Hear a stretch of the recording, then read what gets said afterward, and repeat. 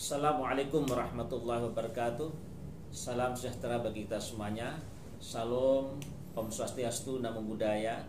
Salam kebajikan, salam rahayu, dan salam sehat untuk kita semuanya. Saya Samsur MPDI, Kepala Kantor Kementerian Agama Kota Probolinggo, bahwa pernyataan Gus Menteri Agama Yakut Kholil Qomas, beliau tidak sama sekali membandingkan suara adzan dengan suara anjing. Pemberitaan yang mengatakan Menteri Agama membandingkan dua hal tersebut adalah sangat tidak tepat.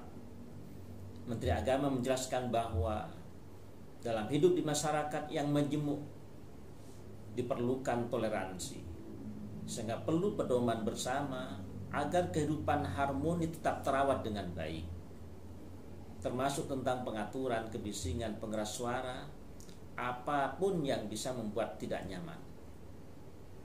Dalam penjelasan itu Gus Menteri memberikan contoh sederhana, tidak dalam konteks membandingkan satu dengan lainnya. Maka beliau menyebut kata misal. Yang dimaksud Gus Yakut adalah, misalkan umat muslim tinggal sebagai minoritas di kawasan tertentu. Jadi Gus Menteri mencontohkan suara yang terlalu keras, apalagi muncul secara bersamaan, justru bisa menimbulkan kebisingan dan dapat mengganggu masyarakat sekitar.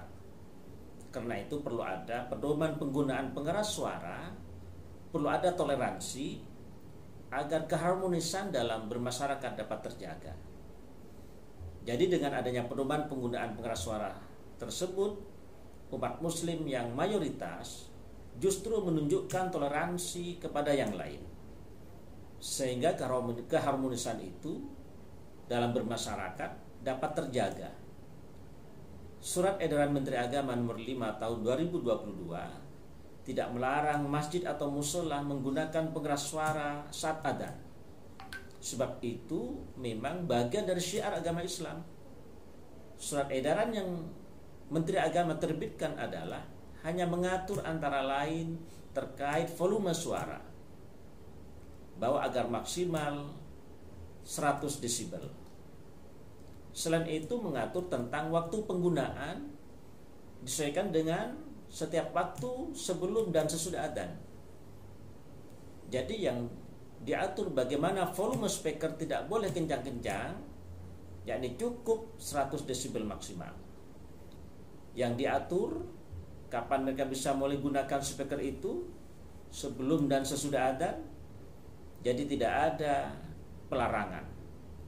Aturan itu dibuat semata-mata hanya untuk membuat masyarakat kita semakin harmonis, meningkatkan manfaat dan mengurangi mafsadat. Sedangkan terkait dengan tuduhan Roy Suryo terhadap Gus Menteri Agama, maka perlu kami sampaikan bahwa pernyataan Gus Yakut yang pertama, tidak ada kata membandingkan atau mempersamakan antara adzan dan suara yang keluar dari masjid dengan gonggongan anjing. Yang kedua, Menteri Agama justru mempersilahkan umat menggunakan pengeras suara di masjid dan di mushola untuk beragam keperluan. Hanya penggunaannya diatur sesuai ketentuan dalam edaran tersebut. Yang ketiga, Menteri Agama menjelaskan sejumlah contoh kondisi kebisingan, bukan membandingkan satu dengan lainnya. Dan hal itu dilakukan diawali dengan kata bayangkan. Ada 3 contoh kebisingan yang dibayangkan Menteri Agama, dan sekali lagi tidak dalam konteks membandingkan satu dengan lainnya. Di daerah yang mayoritas muslim, hampir setiap 100 meter, 200 meter itu ada mushola, ada masjid. Bayangkan kalau kemudian dalam waktu bersamaan mereka semuanya menyalakan tuanya di atas, kayak apa kemudian? Itu bukan lagi syiar, tapi menjadi gangguan buat sekitarnya. Bayangkan lagi jika seorang muslim yang hidup di lingkungan non-muslim, kemudian rumah ibadah saudara-saudara kita yang non-muslim membunyikan tuanya sehari 5 kali dengan keras secara bersamaan.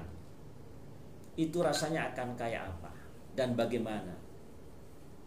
Maka dari contoh kebisingan itu, Menteri Agama mengambil benang merah bahwa suara-suara apapun, suara itu harus diatur supaya tidak menjadi gangguan dan membuat disharmoni.